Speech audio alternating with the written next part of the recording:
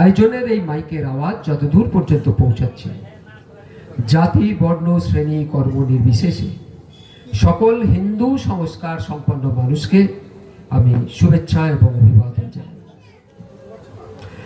আমরা কালের একটা নির্দিষ্ট নিয়মে একটা কঠিন সময়ের মধ্যে দিয়ে চলেছি, যে সময়ে আমাদের অভাব সভ্যতার, অভাব সংস্কৃতির, অভাব সামাজিকতার, অভাব ভক্তির। আপনারা খেয়াল করে দেখবেন, আমরা পড়ার সময় পরিবর্তে মানুষ সামাজিক জীব, কিন্তু আমরা আসলে পারিবারিক জীব। আমরা পড়ার সময় পড়ি আমরা সভ্য, কিন্তু আমরা আসলে নিজের পরিবারের মধ্যে এবং বন্ধু বান্ধব পর্যন্ত আমাদের সভ্যতা ধরে রাখি, তারপরে আমাদের সভ্যতার কোনো স্থান নেই। আমরা যখন যেখানেই যাই, যে কোনো পরিবেশে থাকি না কেন, সেখানে কি করি? আমি আমার পরিবার, আমার বন্ধু বান্ধব, এর বাইরে মানুষের যে কষ্ট হয়, ব্যথা হয়, বেদনা হয়, তার যে মন আছে, চিন্তা আছে, ভাবনা আছে, তার যে শরীর আছে, খিদে আছে, এগুলো কোনোটাই থাকতে পারে বলেই যেন আমাদের মনে হয় না। তাই এগুলো নিয়ে আমরা চিন্তা করি। এই যে এখানে রাস উৎসব হয়েছে, সেই মঞ্চে, বিশেষ করে এই উদ্বোধনী মঞ্চে আমি এই কথাগুলো বলছি কেন? এই কথাগুলো এই জন্য বলছি, রাস উৎসবটা কি এটা আমাদের জানতে হবে। আমরা রাস উৎসব বলতে মিলন মেলা বুঝি। কিরকম মিলন মেলা? নাচ গান মিলন মেলা, এটা সম্পর্কে আমাদের সকলের একটা ধারণা আছে, কিন্তু যতক্ষণ না আত্মার সঙ্গে আত্মার মিলন হচ্ছে, ততক্ষণ এই মিলন তো হলো না। রাস হচ্ছে আমার আত্মার রসের মিলনের সঙ্গে পরমাত্মার রসের মিলন। আমরা দেখি যে গোপীদের সঙ্গে শ্রীকৃষ্ণ নাচছেন, এটার অনেকে অনেক রকম ভুল ব্যাখ্যা করে। আপনারা যদি শ্রীমদ্ ভাগবতম পাঠ করে থাকেন, তাহলে বুঝবেন যে এর পেছনে কি গূঢ় রহস্য আছে। পরমাত্মাকে আর আত্মাই বাকি, পরমাত্মার রসের সঙ্গে আত্মার রস মিলনের প্রয়োজনটা কি? খুব ছোট্ট করে একটা ছোট গল্প দিয়ে যদি আপনাদেরকে বলার চেষ্টা করি, যে ধরুন এক রাজা তার প্রজা যে ভালো গাড়ি চালায় তাকে ডেকে বলল, এই শোন, আমার ছেলেটাকে নিয়ে যা, একটু শহরটা ঘুরিয়ে নিয়ে আয়। প্রজা দায়িত্ব নিল শহর ঘোরাবার জন্য। রাজা সব থেকে দামি গাড়িতে তার ছেলেকে বসিয়ে দিল, কিন্তু ওই গাড়িতে বসিয়ে রাজা কাছ থেকে বেরিয়ে যাওয়ার পরেই প্রজা ভুলে গেল। প্রজা নিজের মতো ঘুরছে, পেছনে যে বাচ্চাকে সে শহর দেখাতে এসেছে তার খেয়াল নেই। সে কোথাও দাঁড়িয়ে একটু ফুচকা খাচ্ছে, কোথাও দাঁড়িয়ে খেলা দেখছে, কোথাও দাঁড়িয়ে কিছু কেনাকাটা করছে। এই করতে করতে এক সময় কি হলো, গাড়ির তেল শেষ। তার কিছু টাকা পয়সা রাজা দিয়েছিল, রাস্তায় খাবি, টাকা পয়সা শেষ। তখন সে গাড়ির ভিতরে সেই যে রাজার ছেলে যাকে শহর ঘোরাতে নিয়ে যাচ্ছিল তার কান্না শুনতে পেল, কিন্তু তখন তার আর কিছু করার নেই। সে বুঝলো যে কি সুযোগ পেয়েছিল এবং সে নিজের জন্য কি দুর্যোগ ঘুরিয়ে এনেছে। আমরা সবাই সেই পূজা ভালো করে মনে করে দেখুন। আমরা যারা মৃত্যুপথ যাত্রী হই, ডাক্তার বলে দেয় এই কদিন বাঁচবে, 1 মাস বাঁচবে, তারা কি ভাবে? এই শরীরটা হচ্ছে সেই গাড়ি, রাজার দেওয়া সব থেকে দামি গাড়ি। গাড়ির তেল হচ্ছে আমাদের আয়ু, যা নিয়ে আমরা আসি। খেয়ে নেওয়ার টাকা হচ্ছে আমাদের সৌভাগ্য, যে সৌভাগ্যের জন্য আমরা মানুষ হয়ে জন্মাই। ভেতরে রাজার ছেলে আত্মা আমার শরীরে ব্যপ্ত, আর বাইরের রাজা পরমাত্মা জগতে ব্যপ্ত। এই ছোট্ট বিষয়টাকে আমরা যদি সহজ করে বুঝতে পারি, আমাদের জীবনে আর কোনো ক্লেশ থাকবে না। মানুষের জন্ম কিন্তু এই কারণে, রাজার ছেলেকে ঘুরিয়ে রাজার কাছে নিয়ে যাওয়ার জন্য, আত্মার রসকে পরমাত্মার রসের সঙ্গে মিলিত করবার জন্য। আমরা না বুঝে শ্রীকৃষ্ণের প্রেম চর্চা করি, অনেকে তা নিয়ে নানান রকম উৎসাহ করে ফেলি, জানি না শ্রীকৃষ্ণ কে, শ্রীকৃষ্ণ কটি বিবাহ করেছেন এ নিয়ে যারা চিন্তা করে তারা একবারও ভাবে না যে শ্রীকৃষ্ণ 6 বছর বয়সে 12 মাইল লম্বা পুতনা রাক্ষসীর স্তন কামড়ে তাকে মেরে ফেলেছে। যদি তোমার ইচ্ছা হয় একাধিক বিবাহ করতে, শ্রীকৃষ্ণের চরিত্র নিয়ে তোমার প্রশ্ন হওয়া দিয়ে, তাহলে শ্রীকৃষ্ণের মতো ক্ষমতা করে দেখাও। খেয়াল নেই আমরা কারা? এই সমাজে আমরা প্রত্যেকে সবাই বিজ্ঞানের জিনিস ব্যবহার করি। আমরা কজন বিজ্ঞান জানি? এই আলো জ্বলছে, এই মাইক চলছে, আমরা বিজ্ঞানের জানি না, বিজ্ঞান ব্যবহার করি, বিজ্ঞানের সুবিধা ভোগ করি। ঠিক একই রকম আমরা কেউ সভ্যতার জানি না, কিন্তু সভ্যতার সুবিধা ভোগ করি। বিজ্ঞানের বিনিময়ে অর্থ উপার্জন হয়, তাই বিজ্ঞান শেখায় মানুষের আগ্রহ আছে। সভ্যতার বিনিময়ে অর্থ উপার্জন হয় না, অর্থের রক্ষণ হয়। সরাসরি উপকারিতা পাওয়া যায় না, তাই মানুষ অবুঝ, তাই সভ্যতা শিখতে কেউ চায় না। সমাজে সভ্যতার আলো ধরে রাখবার জন্যে এই ধরনের এক একটি মন্দির আছে। যেমন মোবাইলের টাওয়ার থাকলে কানেকশন থাকে, যত ঘন ঘন মোবাইলের টাওয়ার তত ভালো কানেকশন, তেমনি যত সনাতন মন্দির তত ভালো সভ্যতার কানেকশন থাকে। কিন্তু এখন বেশিরভাগ মন্দিরগুলো কি হয়েছে? নাচ গান আর আড্ডা, আর অন্য সময় তাস খেলা। একটা সময় ছিল মন্দিরে জমিদাতা পাওয়া যেত, জমিদাতারা জমি দিতেন, মন্দির হতো। কিন্তু এখন মন্দিরে সন্ধ্যাবেলা ঢাক কাঁসর বাজাবার জন্য লোক নেই, যন্ত্র সুইচ দিয়ে দিল, ঢাক কাঁসর বাজছে। আজ থেকে আর কয়েক বছরের মধ্যে ওই জমি দখল হয়ে যাবে, তখন দরকার হবে জমির রক্ষাকর্তা, না হলে থাকবে না। এই টাওয়ার থাকবে না, সভ্যতার টাওয়ার। আপনারা দেখবেন আজকের ইংলিশ মিডিয়াম স্কুলে বাচ্চাদেরকে শেখানো হয় ব্যাড টাচ গুড টাচ। মেয়েরা তাদেরকে, এই 6 বছরের মেয়ে, 7 বছরের মেয়ে, তাদেরকে স্কুলের দিদিমণি শেখাচ্ছে, মা শেখাচ্ছে। রাস্তায় বেরোলে কেউ টাচ করলে কোনটা ব্যাড টাচ কোনটা গুড টাচ হয়। আমরা আমার এই সনাতন ধর্ম সম্পর্কে ব্যাড কমেন্ট গুড কমেন্ট খেয়াল করি। আপনারা অন্য কোনো ধর্ম সম্পর্কে কথা বলতে গেলে ভয় পান, কেননা তারা সেই ধর্মের সম্পর্কে তাদের ব্যাড কমেন্ট গুড কমেন্ট খেয়াল আছে, সচেতনতা আছে।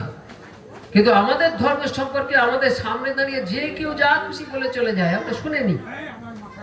খেয়াল করুন, যদি ব্যাড টাচ গুড টাচের মূল অর্থ, ব্যাড টাচ মানে যদি বাংলায় লেখে না শ্লীলতাহানি, তাহলে আপনার ধর্মের সম্পর্কে কেউ কমেন্ট করলো মানে আপনার ধর্মের শ্লীলতাহানি হলো। যদি আপনি তার প্রতিবাদ না করেন, তাহলে এই রাস বৃথা, রাসের আয়োজন বৃথা, এই খরচ বৃথা। আজকে এখানে 6 জন বসে আছে কি 7 জন বসে আছে কি 60,000 জন বসে আছে, কোনো লাভ নেই। কালকে এখানে 600 লোক খাবে কি 1200 লোক খাবে, কোনো লাভ নেই। মনের অন্তরে আত্মার রসের সঙ্গে পরমাত্মার রস যদি একাত্রিত না করতে পারেন, রাস হলো না। আমাদের এই জায়গায় আসতে হবে, খেয়াল রাখতে হবে আমরা কোথায়। ইদানিংকালে মানব ধর্ম বলে একটা কথা খুব উঠেছে। আমি একটা উদাহরণ সবসময় দিই, যে কেউ যদি শুকনো কুয়োয় পড়ে যায়, তাকে তুলবার জন্য দড়ি দেবো না তাকে বিস্কুট খাইয়ে দেবো? সে পড়ে গেছে, তাকে কৌটো করে ওষুধ দিয়ে দেবো, একটু বিস্কুট দেবো, খাবার দেবো, একটু জামা কাপড় কুয়োয় দিয়ে দেবো? সে কি বলবে না আমাকে তোলো? সে তো বলবেই। কখন বলবে না? যদি সে অন্ধ হয়। মানব ধর্ম ঠিক সেই রকম। কে কোথায় বিপদে পড়েছে তাকে জামা দাও, ওষুধ দাও, খাবার দাও, যাই করো। সে অন্ধ, তাই সে বলছে না আমাকে তোলো। সব কুয়োয় পড়ে আছে আমরা। সনাতন জ্ঞান যতক্ষণ না হচ্ছে ততক্ষণ জানতেই পারবো না কোন কুয়োয় পড়ে আছি। এখানে এই সুযোগ সুবিধা, অর্থ, প্রতিপত্তি কয়েক দিনের জন্য। আপনারা কদিন আগে পয়লা বৈশাখ পালন করেছেন, দেখুন 6 মাস কেটে গেছে। কদিন আগে হ্যাপি নিউ ইয়ার করেছেন, দেখুন আবার এসে গেছে। ভবিষ্যৎ ছুটে আসছে, সুনামির মতো গ্রাস করবে। আপনার আজকে 20 বছর বয়স, কালকে 50 হবে, পরশু 70 হবে। কি সুখ ভোগ করবেন? যত ভোগ করবেন তত ভোগ করবার ইচ্ছা হবে। কি করছেন আপনি? রাজার দেওয়া গাড়িতে রাজার ছেলেকে বসিয়ে নিজের ইচ্ছা মতো ঘুরছেন, লাভ হবে না। রাজাকে সন্তুষ্ট করতে হবে, রাজার রসের সঙ্গে তার সন্তানকে মিলাতে হবে। খেয়াল রাখুন, সচেতন হন। রাজা যে আপনাকে পাঠিয়ে দিয়েছে গাড়ি দিয়ে, রাজা কি অত বোকা? তার লোক আছে আপনার পেছনে, সে কিন্তু আপনাকে মাঝে মাঝে টোকা মারে, কি বলে? রাম নাম সত্য হয়। কোথায় বলে? মারা গেলে আপনাকে জানাবার চেষ্টা করে যে আপনি যা করছেন সব মিথ্যা, একমাত্র সত্য রাম নাম। আমাদের এখানে আমরা কি বলি? বলো হরি হরি বল। কাকে বলতে বলে? যে মারা গেছে তাকে বলতে বলে না, যে আছে, যে কাঁধে করে নিয়ে যাচ্ছে, যে খই ছড়াচ্ছে, কে খোল বাজাচ্ছে, সবাইকে বলে। কেন? তোমারও সময় আসবে, এখন থেকে সময় থাকতে বলো হরি হরি বল। করি? যদি না করি, শুধু এখানে নাচ গান করি, তাহলে সব বৃথা, সময়ের অপচয়। সবাইকে আমি সজাগ করতে চেষ্টা করব, সাবধান করতে চেষ্টা করব। আমাকে যেহেতু উদ্বোধনী বক্তব্যের দায়িত্ব দেওয়া হয়েছে, আমি কোনো মজার কথা বলতেই পারছি না, কারণ এখন সময়টা মজার নেই। দয়া করে সজাগ হন, সচেতন হন। নিজের যে ধর্মে জন্ম, পদবিতে নয়, কর্মে সেই ধর্মকে রক্ষা করুন। ধর্মকে রক্ষা করতেই হবে। ধর্ম রক্ষতি রক্ষিতঃ। আপনার ধর্মকে আপনি রক্ষা করলে ধর্ম আপনাকে রক্ষা করবে। ধর্ম কোনো উৎসব নয়, ধর্ম কোনো উৎসব নয়। উৎসব ধর্মের সঙ্গে যুক্ত মানুষ যখন আনন্দে মিলিত হয় তাকে বলে উৎসব। কিন্তু যারা আপনার সঙ্গে ধর্মে যুক্তই নয়, আপনার ধর্মের অজুহাতে আপনার ভিড়ে মিশে যাচ্ছে, তখন ব্যাকটাচ গুডটাচ খেয়াল থাকে না। সজাগ হতে হবে, সতর্ক হতে হবে। প্রত্যেকটা মুহূর্তে নিজের অস্তিত্ব রক্ষা করতে হবে। নিজের অস্তিত্ব রক্ষা না করলে কে কাকে রক্ষা করবে? আপনারা দেখুন, এখানে বসে আছেন, আমি গ্যারেন্টি দিচ্ছি একটু পরে যদি অচেতন হয়ে বসে থাকেন, মশা ছেকে ধরবে। কারা? কেন? রক্ত চাই। কেন আপনাকে আক্রমণ করেছে? আপনি আছেন না, আপনার উপস্থিতি আপনি আক্রান্ত হওয়ার কারণ। তাহলে আমরা যারা উপস্থিত আছি প্রত্যেকেই কোনো না কোনো আক্রান্তের লক্ষ্যে আছি। তাই আমাকে সজাগ থাকতে হবে। আত্মরক্ষার দায়িত্ব আমাদেরকে নিতে হবে। পরবর্তী প্রজন্মে যে শিশুগুলো খেলে বেড়াচ্ছে তাকে রক্ষার দায়িত্ব আমাকে নিতে হবে। না হলে কি হবে? আপনি আপনার বাড়িতে খুব সভ্যতা সংস্কার শেখালেন, থ্যাংক ইউ বলো বাবা, ইংলিশ মিডিয়ামে পড়ো, সব সংস্কার শেখাচ্ছেন, কিন্তু আপনার বাড়িতে একটা হিন্দু বাড়ি, বা আপনার বাড়ি একটা শিক্ষিত বাড়ি, আপনার বাড়ি একটা সংস্কারী বাড়ি, একটা হরিণ বাচ্চা বড় হয়ে গেল, আর চারপাশে নেগড়ে বাচ্চা বড় হয়ে গেল, আপনার একটা, অন্যদিকে 10টা, তাহলে সে হরিণ বাচ্চা রক্ষা পাবে তো? আপনি রক্ষা করতে শেখাবেন না? তাহলে আপনি যাই করুন না কেন, শিক্ষা দিন, সংস্কার দিন, কিন্তু তার সঙ্গে সঙ্গে হরিণ বানাবেন না। পারলে চিতাবাঘ বানান, না হলে একদম বাঘ বানান। আপনার দায়িত্ব। কোত্থেকে শক্তি আসবে? ক্ষুদিরাম বোস ফাঁসির মঞ্চে দাঁড়িয়ে তাকে জিজ্ঞেস করা হয়েছিল, তোমার ফাঁসি হবে, ভয় পাচ্ছে না? ভয় পাবে কেন? আমি তো গীতা পড়েছি। তাহলে শক্তি কোথায়? যদি কেউ পড়ে ফেলে, পড়লে শক্তি হবে না, অন্তস্থ করলে শক্তি হবে। এই মঞ্চে আমি আগে বলে গেছিলাম, কি চাই? পাঠচক্র, সৎসঙ্গ, প্রবাহ চাই। যতক্ষণ না তা হচ্ছে ততক্ষণ তা থাকবে না।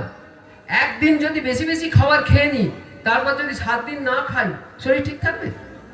তাই একদিন 3 দিন এখানে খুব নাচ গান করে নিলাম, কৃষ্ণ কৃষ্ণ কৃষ্ণ কৃষ্ণ কৃষ্ণ, হলো না? লাভ হবে? হবে না। নিয়মিত করতে হবে। আমাদের সমাজের পতন হচ্ছে, আমরা জানি। সমাজের পতন রোধ করতে পারবো না, এটা কলিযুগ, কিন্তু নিজের পতন রোধ করবার সুযোগ ভগবান আমাকে দিয়েছে, তাকে ঠেকান। আর আমাদের এই পতনের ধারা যে রোধ করতে পারে তিনি হলেন রাধা। তাই রাধার শরণাপন্ন আমাকে হতেই হবে। এই রাধাকে শ্রীকৃষ্ণের সমস্ত শক্তির উৎস। শ্রীকৃষ্ণ এবং রাধা এক, কিছুই না। কিন্তু যখন আমরা দেখি, যখন আমরা চিনি, পৃথকভাবে চিনি, চিনতে সুবিধা হবে বলে। আমরা যখন ছোটবেলায় পড়াশোনা করেছি, প্রত্যেকে বিভিন্ন গল্পের মধ্যে দিয়ে চিনেছি সত্যিকে, পরে বড় হয়ে জেনেছি এইটাই সত্যি, আর গল্পের দরকার নেই। তেমনি যখন ভক্তির প্রথম পর্যায়ে, গল্পের মধ্যে দিয়েই শিখতে হবে, পরে আপনি বুঝতেই পারবেন কোনটা ঠিক কোনটা ভুল। মনে রাখবেন, ঠিক যেমন অভিকর্ষজ টানের বাইরে রকেটকে পাঠাতে গেলে এসকেপ ভেলোসিটি, কোনো অতিরিক্ত শক্তির দরকার হয়, ঠিক তেমন জলকে, যখন জল নিচের দিকে যায় তো সেই জলকে ওপরে তুলতে গেলে কি লাগে? স্পেশাল ফোর্স কে দেয়?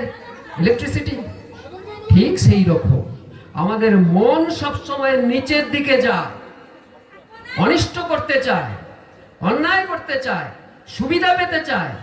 সেই অনিষ্টকারী মন যা নিচের দিকে যেতে ভালোবাসে, জল যেমন নিচের দিকে যেতে ভালোবাসি, জলকে যেমন ইলেকট্রিক শক্তি দিয়ে ওপর দিকে তুলতে হয়, মনকে তেমনি ভক্তির শক্তিতে উপরে তুলতে হয়। আর ভক্তির জাগরণ কোত্থেকে আসবে? জ্ঞান থেকে। জ্ঞান কি? ধরুন এই গ্রামের একটি ছেলে, 10 বছরের ছেলে, খুব চুরি করতে অভ্যস্ত। চুরি করে একদিন হাতে নাতে ধরা পেলে মার খেয়ে, এমন মার খেলো যে বাবাও অপমানিত হলেন, বাবাও ছেলেকে মার দিয়ে গ্রাম থেকে তাড়িয়ে দিল। ছেলে বাইরে গেল, বাইরে গিয়ে ভালো গুরু পেল। কি গুরু? চোর গুরু। সে এত ভালো চুরি শিখলো যে কোনো জায়গায় ভালো হাত সাফাই করতে পারে। 10 বছর পরে সেই ছেলে ফিরে এলো, তখন গ্রাম অর্ধেক শহর হয়ে গেছে। একটা সুন্দর মনোহারি দোকানে সে উঠলো, উঠে সে ভাবছে কোথা দিয়ে চুরি করবে। নিজের গ্রামে এসছে, এই চুরি করবে ভাবতে ভাবতে তার খেয়াল হলো যে দোকানে সিসিটিভি আছে। সিসিটিভি দেখে সে সাবধান হয়ে গেল, কোন জায়গাটা সিসিটিভির ক্যামেরা নেই সেখান দিয়ে চুরি করবে। এইভাবে গোটা দোকানটা ঘোরার পরে ক্যাশিয়ারের সামনে এসে উপস্থিত হলো। ক্যাশিয়ারের পেছনে একটা বিরাট ছবি, তার বাবার ছবি, তাতে মালা দেওয়া।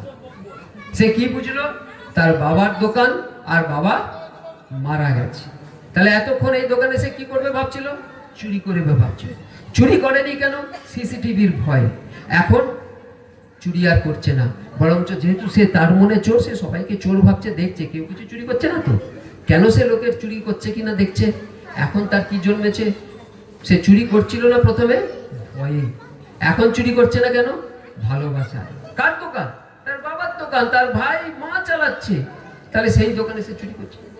ঠিক সেই রকম এই পৃথিবীতে জন্মে সামান্য জ্ঞান নিয়ে আমরা শুধু পৃথিবী থেকে নিতে চাই, এটা হচ্ছে চুরির অভ্যেস। যখন জানবো এগুলো কার, কে আমাদের এসব দিয়েছে, তিনি কে? আমাদের বাবা, সবার বাবা, তখন চুরির মন থাকবে না, ভক্তি আসবে। যখন আমরা কাউকে বলবো গীতার শ্লোক থেকে, উপদ্রষ্টা অনুমন্তা ভট্টা ভোক্তা মহেশ্বরঃ পরমাপ্নতি চাপুক্ত দেহেস্মিন পুরুষোপর। উপদ্রষ্টা সিসিটিভি, ভগবান সিসিটিভির মধ্যে তোমাকে নজর করছে। আমরা ছোটবেলায় শেখাই না, চিত্রগুপ্ত সব নজর রাখে। চিত্তের গুপ্ত খবর যে নজর রাখে সেই চিত্রগুপ্ত। কেন শেখানো হয়? ভয় দেখানো হয়, যাতে কেউ না অন্যায় করে। কিন্তু যখন জানবো যে সবই তো তার, আমিও তার, তখন ভয় থাকবে না, ভালোবাসা আসবে। আর এই ভালোবাসা ভক্তিতে যখন রূপান্তরিত হব, তখন আমার মনের অন্তঃস্থল থেকে সেই আত্মার রস আমি পরমাত্মার চরণে নিবেদন করব।